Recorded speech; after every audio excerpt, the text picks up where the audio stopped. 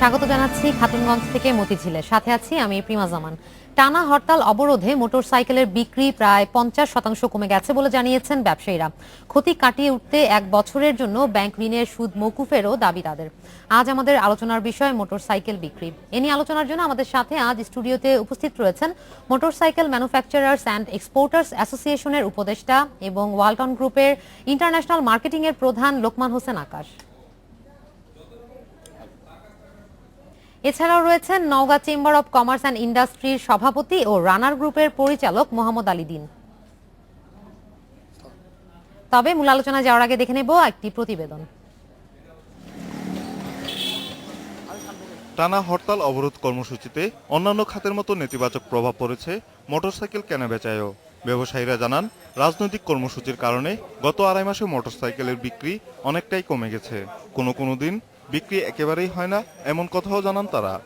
Motorcycle কিনতে আসছি ব্যবসায়িক কারণের জন্য। ঢাকা সিটির মধ্যে যানজটের পরিমাণ বেশি, তো সময় বাঁচানোর জন্য এটা দেখতে আসছি। পসিবল হলে নিয়ে যাব। বেচা কিনা এখন রাজনৈতিক প্রেক্ষাপটের কারণে আগের চেয়ে কম চলছে।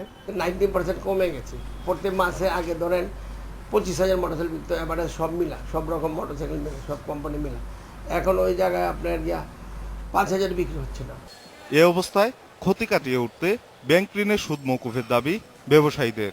সরকারের কাছে আমি অনুরোধ করব এবং আমাদের মোটরসাইকেল ব্যবসায়ীর তরফ থেকে যে আমরা যে ক্ষতি হচ্ছে আমাদের ব্যাংকের ইন্টারেস্টটা এবং ব্যাংকগুলোর প্রতি আমি অনুরোধ করব যাতে 1 বছরের ব্যাংকের ইন্টারেস্টটা আমাদের যদি মাফ করে দেয় তাহলে আমাদের জন্য, ব্যবসায়ীদের জন্য বাঁচবে, নাহলে আমাদের অনেক ক্ষতি প্রবাহিত হবে।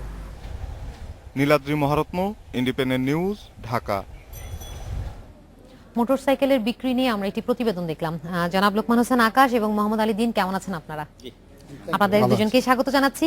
আমি জনাব লোকমান হোসেন আকাশ, আপনাকে নিয়ে প্রথম প্রশ্নটি শুরু করতে চাচ্ছি। আমাদের যে প্রতিবেদনটি ইতিমধ্যেই আমরা দেখলাম, হরতাল অবরোধের আসলে একটা প্রভাব তো আমাদের পুরো অর্থনীতিতেই আছে এবং বিভিন্ন সেক্টরে আমরা আসলে ভুক্তভোগী। সেই ক্ষেত্রে মোটরসাইকেল এই সেক্টরটিতে বা এই ইন্ডাস্ট্রির এখনকার বর্তমান অবস্থা নিয়ে যদি আপনি আমাদের বলতেন। একসময় আসলে খুব বেশি প্রবলেমে পড়ে গেছিলাম আমরা। এটা হচ্ছে 2013-এর শেষে। তো 14 সালটা আমাদের জন্য বেশ ভালো ছিল। তো তারপর আবার গত 3 মাস যাবত একটু অবস্থা খারাপ। তো এখন আশা করি যে দুটি বিজ্ঞ রাজনৈতিক দল তারা তাদের অবস্থানটা বুঝবেন, সাধারণ মানুষের কথা বুঝবেন। আমরা আশা করি যে অতি শীঘ্রই হয়তো সমাধান হচ্ছে বা হয়ে যাবে। তো যে ক্ষতিটা হয়েছে এটা আসলে এত সহজেই তো পূরণীয় নয়। তো আমরা চাইবো যে বাংলাদেশ ব্যাংক থেকে যদি আমাদেরকে একটু সাপোর্ট দেয়, বা যে কমার্শিয়াল ব্যাংকের কাছ থেকে আমরা লোন নিচ্ছি, আমরা তো স্পেশালি ম্যানুফ্যাকচারার, ওয়ালটন, রানার বা অন্যান্য কোম্পানি যারা আছে, আমরা হচ্ছে পিওর ম্যানুফ্যাকচারার। তো আমাদের তো আসলে অনেক বেশি লোড নিতে হয়, কারণ আমাদের 12 মাসের জন্য প্ল্যান করতে হয়, আমাদের ওয়ার্কারকে ফুল টাইম স্যালারি পেমেন্ট করতে হয়, র মেটেরিয়ালসের জন্য লোড নিতে হয়। তো এই জাতীয় এই হরতাল বা অবরোধ হলে আমাদের র মেটেরিয়ালসও কিন্তু পোর্টে আটকা থাকে, আবার আমরা যেটা ম্যানুফ্যাকচার করব ফিনিশড গুডস সেটাও কিন্তু আমরা ডেলিভারি দিতে পারি না। আলটিমেটলি মেইন লুজার কিন্তু আমরা।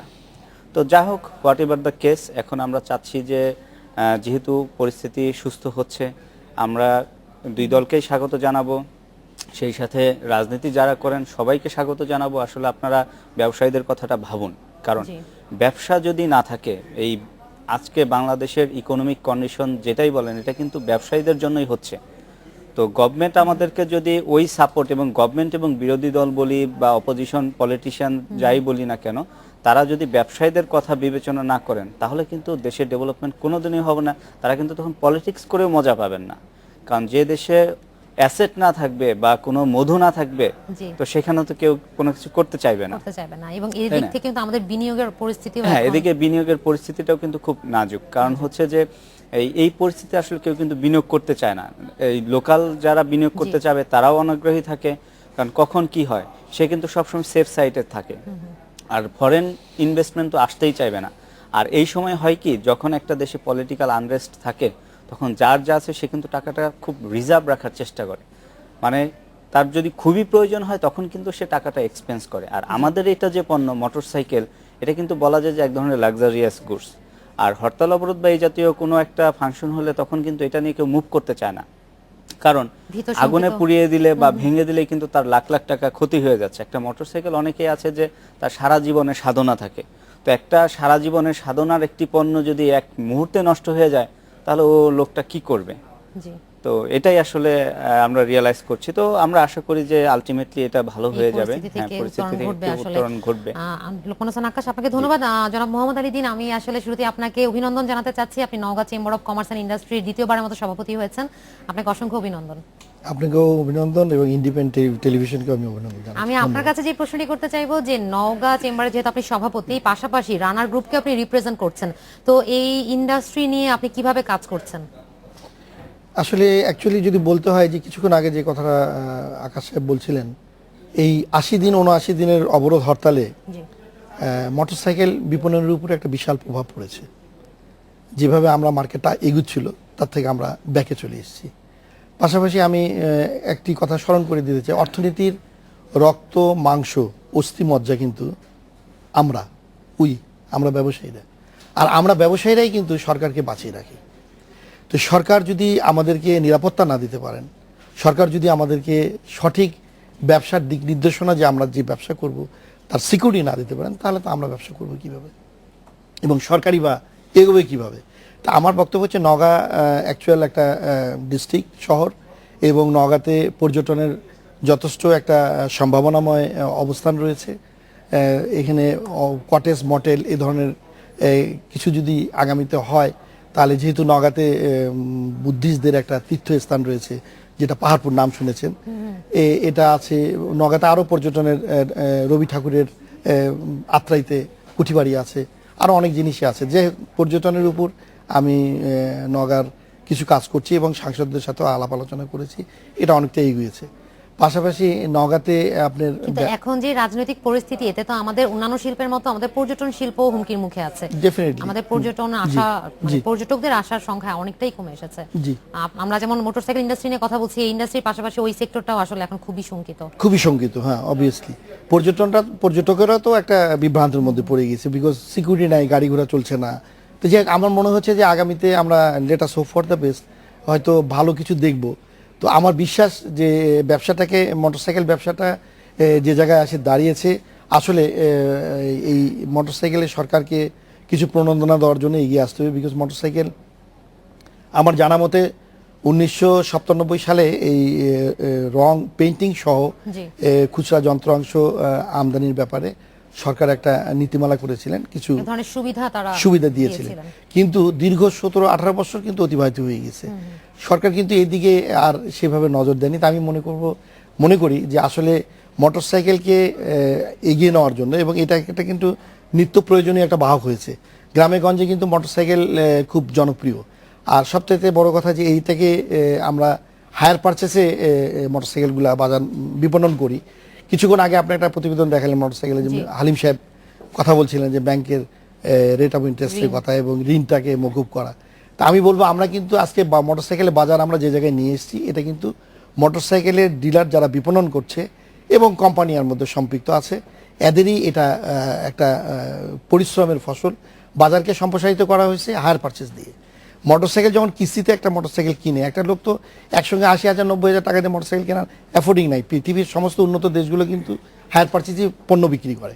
তো যখন আমরা এটা শুরু করেছি 90 দশকে, ধরে নেন যে 98 99-তে বা 2000 সাল থেকে যেটা শুরু হয়ে আজকে যে জায়গায় এসছে, তাতে আমরা ধরে নিয়েছিলাম যে এটা আগামী 10 বছর যদি এই অবস্থা থাকে, তা মোটরসাইকেল এখন কনজিউম হয় সব কোম্পানি মিলে হয়তো 3 লক্ষ, এটা দাঁড়াবে হয়তো আগামীতে যে 15 লক্ষ 20 লক্ষ, আগামী 10 বছরে যদি ফোকাস করতে চাই।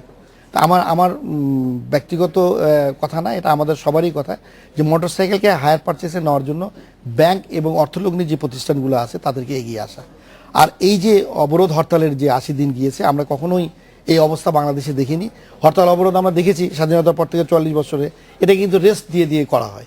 কিন্তু এবার যেটা লাগাতার হয়েছে, এজন্য আমি সরকার মহোদয়ের কাছে এখন পর্যন্ত সরকারের কাছে অনুরোধ রাখবো, সব জায়গা থেকে এরকম আবেদন আসতেছে বাংলাদেশ ব্যাংক এবং অর্থ মন্ত্রণালয় অর্থমন্ত্রীর কাছে আবেদন যে আমাদেরকে ব্যাংকের দিকে অন্তত তাকানো হোক, ব্যাংকের ঋণ যারা সুদ মওকুফের যে নিয়েছে বিষয়টা। হ্যাঁ এই বিষয়টা যেন বিবেচনা এটা কিন্তু একটা খুব রাইজিং সেক্টর ছিল। যেমন 2010-11-তে মোটরসাইকেলের মার্কেট ছিল অনলি আপনার 2.5 লাখ, তো পরের বছর সেটা প্রায় আপনার 15% গ্রোথ হয়, পরের বছরও প্রায় 10 to 15% গ্রোথ ছিল। তো আনফরচুনেটলি হঠাৎ করে সেটা 2013-14-এ কলাপস করে প্রায় 45% মার্কেট। তো দেখেন যে এক বছরে 45% মার্কেট যখন আমরা কলাপস করলো, সেটা কিন্তু রিকভার করার যথেষ্ট সুযোগ আমরা পাইনি। যখনই একটু সুযোগ পেলাম আমরা প্রায় 20% রিকভার করেছিলাম, তো সেই সাথে আবার এই 3 মাস। তাহলে তো একটা জিনিস দেখেন, যখন নাকি ওয়ালটন ম্যানুফ্যাকচারিং এ গেল, আমি একটু আপনার এই হ্যাঁ। ম্যানুফ্যাকচারিং এর জায়গাটি নিয়ে আচ্ছা। জানতে চাইবো আকাশ ভাই, তার আগে আমাদের একটা আচ্ছা। বিরতি নিতে হবে। ওকে, আলোচনা এই পর্যায়ে একটি বিরতি নিচ্ছে, আমাদের সাথেই থাকুন। আপনারা দেখছেন খাতুনগঞ্জ থেকে মতিঝিলে। জনাব লোকমান হোসেন আকাশ, বিরতির আগে আপনি ম্যানুফ্যাকচারিং কথাটি বলছিলেন, তো আমি একটু জানতে চাচ্ছিলাম অ্যাসেম্বলিং এবং ম্যানুফ্যাকচারিং দুটি সেক্টর রয়েছে, এই জায়গাটি নিয়ে যদি আপনি একটু বলতেন। আচ্ছা। তো টিল 2010 আসলে জেনুইন ম্যানুফ্যাকচারার হিসেবে এখানে কেউ ছিল না। ওয়ালটনই সর্বপ্রথম বাংলাদেশে ম্যানুফ্যাকচারিং স্টার্ট করে। ওই সময় আসলে কোনো ফেভারেবল পলিসিও ছিল না যার জন্য একটা ইন্ডাস্ট্রি সাস্টেন করতে পারে। যা হোক, পরবর্তীতে গভর্নমেন্ট থেকে কিছু ইনিশিয়েটিভ নিয়ে এই কিছু পলিসি করা হয়। এরপর রানার অটোমোবাইলস লিমিটেড, যমুনা, এরা ম্যানুফ্যাকচারিং আসে। আর 6টি প্রতিষ্ঠান আছে যারা অ্যাসেম্বলিং করছেন। এর মধ্যে উত্তরা মোটরস, টিভিএস, নিউ গ্রামীণ মোটরস আছে, রোডমাস্টার্স মোটরস এবং এইচপিএম অটো ইন্ডাস্ট্রিজ, এবং রিসেন্টলি হিরো শুরু করেছে তারা অ্যাসেম্বলিং। তো এই সেক্টরটা কিন্তু একটা বুমিং সেক্টর এবং এই সেক্টরে কিন্তু ফিউচার খুব ভালো। যেমন আমরা যদি চায়নার দিকে দেখি, যে চায়না প্রায় আপনার 7.5 থেকে 8 বিলিয়ন ডলার এক্সপোর্ট করে শুধু মোটরসাইকেল। এদের মেন মার্কেট হচ্ছে এই বাংলাদেশ ছিল, তারপর আফ্রিকান কান্ট্রিজ। আবার যদি আমরা ইন্ডিয়াতে দেখি, ইন্ডিয়ার টোটাল এক্সপোর্টের একটা বিগ পোর্শন, এরা প্রায় 2 বিলিয়ন ডলার এক্সপোর্ট করে শুধু মোটরসাইকেল। তো আমাদেরও কিন্তু সেরকম সুযোগ আছে। তো যখন নাকি একটা ইন্ডাস্ট্রি অ্যাসেম্বলিং এ যায়, তার কিন্তু তখন আস্তে আস্তে পরিকল্পনা থেকে সে ম্যানুফ্যাকচারিং এ যাবে। তো we hope for the best for this sector. এবং আমি পার্সোনালি এই মোটরসাইকেল ম্যানুফ্যাকচারার্স এবং এক্সপোর্টার্স অ্যাসোসিয়েশনের ফাউন্ডার মেম্বার, এবং খুব ওতপ্রোতভাবে কাজ করছি এই সেক্টরের ডেভেলপমেন্টের জন্য, এক্সপোর্টের জন্য কাজ করছি। ওয়ালটন সর্বপ্রথম এক্সপোর্ট করে, তারপরে আমরা জানি যে রানারও এক্সপোর্ট করেছিল। তো আমাদের এই এক্সপোর্টের ধারাবাহিকতা এখন আসলে আমরা কিছু কিছু প্রবলেম ফেস করছি, but we hope very soon আমরা এই প্রবলেমগুলো সলভ করে আমাদের এক্সপোর্ট মার্কেটেও আমরা আরেকটু ভালো করব আর কি। রাইট, ধন্যবাদ। সেক্ষেত্রে মোহাম্মদ আলী দিন, আপনার কাছে আমি যে বিষয়টি জানতে চাইবো যে মোটর সাইকেলের রেজিস্ট্রেশনের ফি নিয়ে আমরা বেশ কিছুদিন ধরে ভোক্তাদের কাছ থেকে একটা অভিযোগ শুনে আসছি, আপনার কি মন্তব্য হবে এই ক্ষেত্রে? এটা খুব সুন্দর একটা প্রশ্ন করেছেন। মোটরসাইকেল বায়েরা সব থেকে বড় অসুবিধা আছে হচ্ছে মোটরসাইকেল রেজিস্ট্রেশনকে নিয়ে। আমি যদি ফিরে যাই, 1990 সালে এই রেজিস্ট্রেশন ডিপার্টমেন্টটা ছিল এসপি অফিসে, পুলিশ সুপারের কার্যালয়তে রেজিস্ট্রেশন হতো। বিআরটিএ গঠিত হয় 1990 সালে। যখন বিআরটিএ রোড ট্রান্সপোর্ট অথরিটির কাছে যখন আপনার রেজিস্ট্রেশন ডিপার্টমেন্টটা চলে আসলো, তখন একটা নতুন নীতিমালা তৈরি হলো মোটরসাইকেলের এই রেজিস্ট্রেশন নিয়ে। অ্যাকচুয়াল আগে ছিল হচ্ছে মোটরসাইকেলের রেজিস্ট্রেশন করা হতো, প্রত্যেক বছরে একটা করে ফি দেওয়া হতো, পোস্ট অফিসে জমা হতো। তো এইটাতে বায়ার যে ক্রেতা, তার জন্য খুব সাশ্রয়ী হতো। হঠাৎ করে দেখা গেল যে 90 সালের পর একসঙ্গে 10 বছরের ট্যাক্স টোকেন নিয়ে, পৃথিবীর কোথাও এই সিস্টেম নাই, 10 বছরের জন্য একবারে রেজিস্ট্রেশন করে সমস্ত টাকা রেভিনিউ গভর্নমেন্ট নেওয়ার পর 10 বছর পর ওটা ফ্রি। তারপরে 10 বছর পরে রেজিস্ট্রেশন করতে হবে না।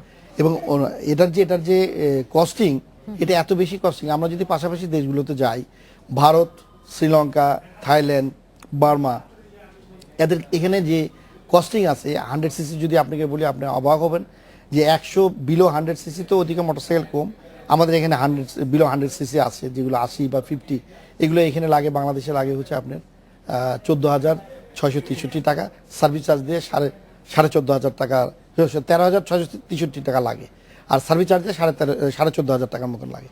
এটা আমাদের দেশে 50 সিসি, 100 সিসি, 80 সিসি আছে। 100 সিসি যদি চলে যাই, ইন্ডিয়াতে এটা খুব বেশি হলে লাগে হচ্ছে 2,500 থেকে 2,800 টাকা রুপি। এটা কিন্তু ওদেরও কিন্তু 10 ইয়ার্স, আফটার 10 ইয়ার্স পর মোটরসাইকেলটা ফ্রি হয়ে যাবে, ওটাকে আর রেজিস্ট্রেশন করতে হবে না, ওটা কেনা বেচা করতে পারবে। ওটা মোটরসাইকেল কি থাকে সেটা পরের ব্যাপার। আমাদের 100 সিসি রেজিস্ট্রেশন করতে লাগে হচ্ছে 19,663, সার্ভিস চার্জ দিয়ে টোটাল লাগে হচ্ছে আপনার 24,500 টাকা। সার্ভিস চার্জ বলতে আলাদা ভ্যাট আছে আর অন্য আনুষঙ্গিক খরচ আছে। আবার যখনই আমি 100 সিসির উপরে চলে যাচ্ছি, 100 সিসি উপর বলতে 125 থেকে 150 সিসির মধ্যে, এটাকে লাগে হচ্ছে আপনার এই টোটাল আপনার 21,273 টাকা সরকারের ঘরে দিতে হয়। সরকারকে দিতে হয় ব্যাংকে জমা, বাকি সার্ভিস চার্জ দিয়ে চলে আসে হচ্ছে 26,500 টাকা। তাহলে এটা কমানোর ক্ষেত্রে আপনারা তো এটা কমানোর ক্ষেত্রে আমি একটা কথা বলি, যদি আমরা কার রেজিস্ট্রেশন ক্ষেত্রে যদি আপনি যান, কারের একটা প্রাইস ধরে যদি আপনি হিসাব করেন, একটা মোটরসাইকেল 1 লক্ষ টাকার নিচে বা 1.5 লক্ষ টাকা। একটা কার আমরা কিনছি হচ্ছে আপনার নর্মালি যদি 1500 সিসির গাড়ির কথা যদি বলি, আপনি 25 লাখ 20 লাখ টাকার থেকে 35, 36, 40 লক্ষ টাকা, ঠিক আছে? এটা ফিক্সড করে দিয়েছে গভর্নমেন্ট, এটা হচ্ছে 72,000 না 70,000 টাকা বোধহয় লাগে এখন। সেই হিসেবেও যদি আপনি হিসাব ধরেন, তাতেও আমাদের এটা অনেক বেশি। আমি বলবো যে এই রেজিস্ট্রেশন কস্টটা, আমি বলছি না যে বিগত সময়ের মধ্যে ফিরে যাক, যদি সম্ভব হয় আমরা বহুদিন থেকে বলছি যে এটা বছরে বছরে যদি এটাকে রিনিউয়াল করা হয়, এবং প্রথম বছরে একটা বায়ার মোটরসাইকেল কেনার পরেই এই জটিলতা তখন থাকবে না। সে 5,000 টাকা 4,000 টাকার মধ্যে যদি রেজিস্ট্রেশন করতে পারে 100 সিসি বা আপ 100 সিসি, তাহলে প্রত্যেক বছরে উনি একটা ফি দিয়ে রিনিউয়াল করবে 10 ইয়ার্স। এবং গভর্নমেন্ট হয়তো মনে করছে তার রেভিনিউ কমে যাবে, কিন্তু আমি বিশ্বাস করি যে গভর্নমেন্টের রেভিনিউ এতে অনেক বাড়বে। মোটরসাইকেল শোরুম থেকে, হ্যাঁ, মোটরসাইকেল শোরুম থেকে যখন মোটরসাইকেল কিনবে, আমরা বাধ্য করব, এটা আমাদের জব না, আমরা বাধ্য করবো যে আপনি মোটরসাইকেল রেজিস্ট্রেশন করে নিয়ে যান, টাকাটা আমরা নিয়ে রেজিস্ট্রেশন দিলে না, মোটিভেট করবো, কাস্টমারকে মোটিভেট করবো। তো এটা কিন্তু সরকার এই ব্যাপারে এগিয়ে আসলে সরকারের রেভিনিউ বাড়বে, কমবে না। আপনি সেই ক্ষেত্রে সামনে যেহেতু এবিসি যে ইলেকশন আছে, সেক্ষেত্রে আমরা শুনেছি আপনি প্রার্থী হিসেবে আছেন। আমার আপনার কাছে জানার বিষয় খুব সংক্ষেপে যে এই ক্ষেত্রে আপনার পরিকল্পনাটি কি এই ইন্ডাস্ট্রিকে ঘিরে? দেখুন, আপনি খুব সুন্দর একটা প্রশ্ন করলেন। আসলে আমার পরিকল্পনা যদি বলতে চাই, এটা অনেক কথা বলতে হয়। এবিসিসি আসন্ন নির্বাচনে আমি বাংলাদেশের শ্রেষ্ঠ ব্যবসায়ী এবং শীর্ষস্থানীয় ব্যবসায়ী, আপনারা সবাই তার নাম শুনেছেন, আব্দুল মুতলুব আহমেদ সঙ্গে আমি আছি, ওনার প্যানেলে আমি আছি। আমার বিশ্বাস, চেম্বার থেকে আমি যদি ইলেকশন করে এবিসিসিতে আসতে পারি, আমি চেম্বারগুলো এবং ক্ষুদ্র ব্যবসায়ী এবং মাঝারি ব্যবসায়ী এবং আমার ব্যবসার যে আজকের এই 80 দশক থেকে শুরু করে যে 3 যুগের যে এক্সপেরিয়েন্স, এইগুলো আমি ব্যবসায়ীদের সাথে শেয়ার করব, এবং আমার বিশ্বাস যে ব্যবসায়ীরা উপকৃত হবে। জনাব রুকমান হোসেন আকাশ, একই প্রশ্ন আপনার কাছে, এই ক্ষেত্রে আপনার পরিকল্পনা কি হবে আচ্ছা, ইন্ডাস্ট্রিকে খুবই সংক্ষেপে? হ্যাঁ, আমরা কিন্তু local market as well as export market নিয়েও কাজ করছি। যেমন হচ্ছে মোটরসাইকেলের একটা বড় এমার্জিং মার্কেট হচ্ছে আফ্রিকা এবং সিআইএস কান্ট্রিজ। তো সিআইএস কান্ট্রিজে কিন্তু একটা ব্যাংক ব্যারিয়ার আছে। আমি CIS Bangladesh chamber of commerce and industry, যেটা নিউলি এস্টাবলিশ হচ্ছে, আমি এটার সিনিয়র ভাইস প্রেসিডেন্ট, এবং সেই সাথে আমি আফ্রিকান মার্কেটে কিন্তু আমি এক্সপোর্ট করি 2011-এ, এবং আফ্রিকান মার্কেটও কিন্তু খুব এমার্জিং মার্কেট। তো আমরা চেষ্টা করছি যে লোকাল মার্কেটে আরো বেশি কন্ট্রিবিউট করার জন্য। আরেকটা জিনিস বলি, সরি 1 মিনিট সময় নেই, সেটা হচ্ছে যে আমি আপনার মালয়েশিয়ার জোহবারু থেকে প্রায় কয়েক লাখ লোক কিন্তু আপনার সিঙ্গাপুরে অফিস করে মোটরসাইকেল। জনাব রুকমান হোসেন আকাশ, আমাদের আসলে সময় স্বল্পতার জন্য এখানে শেষ করতে হচ্ছে। আপনাকে এবং জনাব মোহাম্মদ দিন, আপনাদের দুজনকে অসংখ্য ধন্যবাদ। পরবর্তীতে আমরা এই সেক্টরটা নিয়ে আরো আলাপ করব আপনাদের সাথে। সময়টা তো হারিয়ে থাকলে কিন্তু খুব কষ্ট। Thank you very much. Thank you, আপনাকে ধন্যবাদ, দর্শকদের ধন্যবাদ। এই ছিল আজকের মতো আলোচনা। আমাদের পরবর্তী সংবাদ দেখার আমন্ত্রণ রইল।